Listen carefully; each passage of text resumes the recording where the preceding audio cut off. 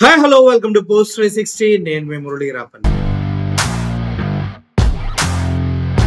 రామరాజ్యం రావాలి, ప్రజలకి సేవ చేసే గవర్నమెంట్ రావాలి, ప్రజల్ని గొప్పగా చూసుకునే ప్రభుత్వాలు వస్తేనే ప్రజలకు మంచిది. ఇలా అనేక రకాలైన మాటలు అయితే మాట్లాడతారు. నిజానికి వాస్తవంలో కనుక మనం చూసినట్లయితే ప్రజలకి ఆశ పెట్టి దోశ వేసి మొహం మీద ఇసిరి కొట్టే నాయకుడే కరెక్ట్. ఎందుకు ఇలా అంటూ ఉన్నానంటే, గత ప్రభుత్వంలో ఉన్నప్పుడు ఇంటి వద్దకే రేషన్ తీసుకొచ్చి అన్ని సదుపాయాలు వాలంటరీ వ్యవస్థ తీసుకొచ్చి రావాల్సినటువంటి డబ్బులు కానీ, పథకాలు కానీ, అంతే విధంగా సర్టిఫికేట్స్ కానీ అన్ని కూడా కాళ్ళ దగ్గరికి తీసుకొచ్చి ఇస్తూ ఉంటే ఆ గవర్నమెంట్ ని కాలితో ఎగిరితన్నారు ప్రజలు.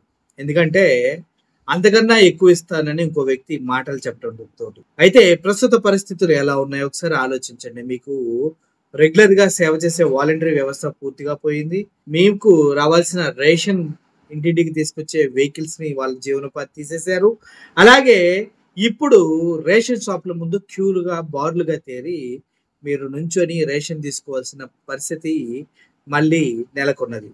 ఈ క్రమంలోనే ఇప్పుడు ఒక వార్త చాలా చాలా దావాణంలాగా వ్యాప్తి చెందుతూ ఉంది. అదేంటంటే, మందల లక్ష్మీదేవి 70 సంవత్సరాలు ఉంటాయి ఈవిడికి. ఈవిడ రేషన్ షాప్ దగ్గరికి వెళ్ళి క్యూ లైన్ లో నుంచో ఉన్నారు. చాలా టైం పట్టింది. అలా కొంతసేపు టైం పట్టిన తర్వాత చూస్తే ఆవిడ వికట జీవిగా అక్కడ పడిపోయి ఉన్నారు. అంటే రేషన్ షాప్ దగ్గర క్యూ లైన్ లో వేచి ఉంటూ ఆవిడ చనిపోయారని తెలుస్తుంది.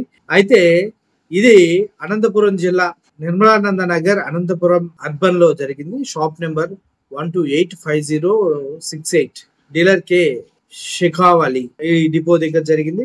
ఆవిడ అక్కడ వేచి చూస్తూ ఆవిడ చనిపోవటాన్ని ఎవరు జీర్ణించుకోలేకపోతున్నారంటే, గతంలో మన కాళ్ళ దగ్గరకు వచ్చే రేషన్ ని చివరికి మన చావుల దాకా తెచ్చుకున్నాం లైన్ లో నిలబడి. ఒక రోజంతా నిలబడినా కూడా రేషన్ మనకు అందుతుందో లేదో తెలియదు. నెక్స్ట్ డేకి పోస్ట్ పోన్ చేసే అవకాశాలు ఉన్నాయి. ఇటువంటి తరుణంలో మీరు పాలిచ్చే ఆవుని కాదని ఎగిరెగిరి తన్నే దున్నపోతుని తెచ్చుకున్నారంటూ చాలా మంది మాట్లాడుతూ ఉన్నారు. ఈ క్రమంలోనే నాకు అనిపిస్తుంది, ప్రజలు అత్యాశ పరులు. ఆ ఆశని ఆసరాగా తీసుకొని చంద్రబాబు నాయుడు గారు సూపర్ 6 అని అదని ఇదని చాలా పథకాలు ఆశ చూపించి జగన్మోహన్ రెడ్డిది ఏదైతే ఇస్తూ ఉన్నాడో దానికి రెండింతలు చేసి ఇస్తానని చెప్పి మాయ మాటలతో కళ్ళబుల్లి మాటలు చెప్పి అధికారంలోకి వచ్చిన తర్వాత ఈ విధంగా ప్రజల జీవితాలని రోడ్డు పాలు చేశాడంటూ చాలా మంది వాపోతూ ఉన్నారు. నిజం చెప్పాలంటే ఒక ప్రాణం విలువ ఎంత అంటే ఒక కుటుంబ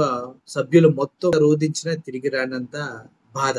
సో ఈ విధంగా చెప్పుకుంటూ పోతే ఇప్పుడు మందల లక్ష్మీదేవి రేషన్ కోసం వెళ్ళి ఆ క్యూ లైన్ లో నిలబడి తన ప్రాణాలని విడిచిన తరుణంలో ప్రజలు ఏ విధంగా స్పందిస్తూ ఉన్నారు అన్నదే ముఖ్యం. ఈ విషయాన్ని ప్రజలందరి దగ్గరికి తీసుకెళ్ళాలి. ఇలా ఎంతో మంది ఇంట్లో ఒక నలుగురు ఉన్నారంటే భార్య భర్తలు పని చేసుకోవడానికి వెళ్తారు, పిల్లలు స్కూల్కి వెళ్తారు.